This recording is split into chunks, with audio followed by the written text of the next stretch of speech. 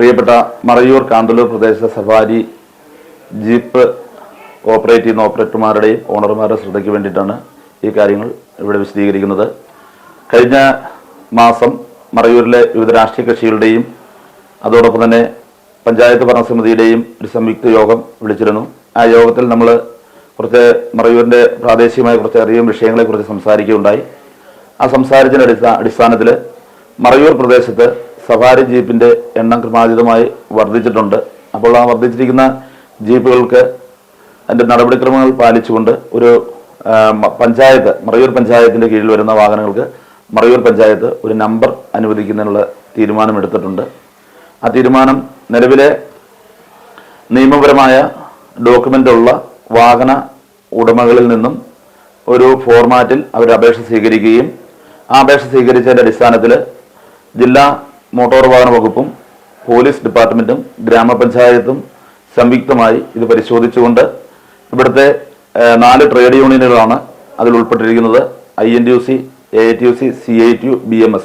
ഇതിൻ്റെ ആ trade union നേതാക്കന്മാർ ഉൾപ്പെടുന്ന സംഘടനാ പ്രതിനിധികളുമായി ആലോചിച്ച് അതിൻ്റെ ഒരു കൃത്യത വരുത്തിക്കൊണ്ട് ഓഗസ്റ്റ് 1-ാം തീയതി മുതൽ മുരുകൻമലയിലേക്ക് ട്രിപ്പെടുക്കുന്ന ജീപ്പുകൾക്ക് പഞ്ചായത്ത് ഒരു ചെക്ക് പോസ്റ്റ് സ്ഥാപിക്കുകയും ആ ചെക്ക് പോസ്റ്റിലൂടെ മറയൂർ കാന്തല്ലൂർ ഗ്രാമപഞ്ചായത്തുകളുടെ നേതൃത്വത്തിൽ നമ്പർ അനുവദിച്ച വാഹനങ്ങൾക്ക് മാത്രമേ പ്രവേശനം അനുവദിക്കുകയുള്ളൂ എന്ന തീരുമാനമെടുത്തിട്ടുണ്ട്. അപ്പോൾ മുരുകൻമലയുമായി ബന്ധപ്പെട്ട് കുറച്ച് അടിസ്ഥാന സൗകര്യങ്ങൾ ഗ്രാമപഞ്ചായത്ത് അവിടെ ഏർപ്പെടുത്തേണ്ടതുണ്ട്. റോഡിൻ്റെയും ടോയ്ലറ്റിൻ്റെയും സൗകര്യങ്ങളൊക്കെ.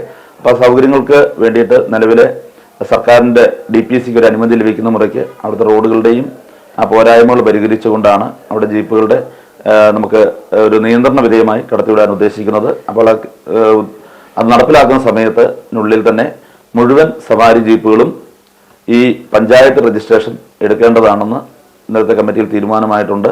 അതിനു വേണ്ടിയിട്ട് 10-ാം തീയതി മുതൽ അപേക്ഷകൾ സ്വീകരിക്കുന്നതിനുള്ള ഫോർമാറ്റിൽ അപേക്ഷ ഫോം സംഘടനാ പ്രതിനിധികൾ വഴി വിതരണം ചെയ്ത് ശേഖരിച്ചുകൊണ്ട് ഈ കമ്മിറ്റി കൂടി നടപ്പിലാക്കുന്നതിനാണ് ഉദ്ദേശിച്ചിരിക്കുന്നത്.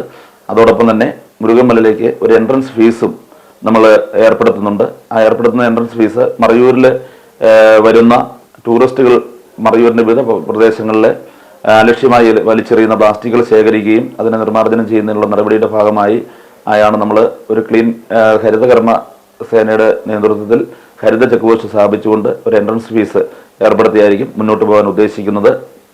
അപ്പോൾ അതുമായി ബന്ധപ്പെട്ടുകൊണ്ട് പഞ്ചായത്ത് കമ്മിറ്റിയുടെ തീരുമാനത്തിനടുത്ത് കളക്ടറെ അനുമതി ലഭിക്കുന്ന മുറയ്ക്കായിരിക്കും ഇത് ഇംപ്ലിമെൻ്റ് ചെയ്യാൻ ഉദ്ദേശിക്കുന്നത്. ഇത് ഓഗസ്റ്റ് മാസം 1-ാം തീയതി മുതൽ പ്രാബല്യത്തിൽ വരുന്നതിനാണ് തീരുമാനം എടുത്തിരിക്കുന്നത്. അപ്പോൾ തീരുമാനത്തിൽ മുഴുവൻ അഞ്ചനാട് പ്രദേശത്തെ മറയൂർ കാന്തല്ലൂർ പ്രദേശത്തെ മുഴുവൻ വാഹന ഓപ്പറേറ്റർമാരും അതിന് സഹകരിക്കണമെന്ന് അറിയിക്കുന്നു.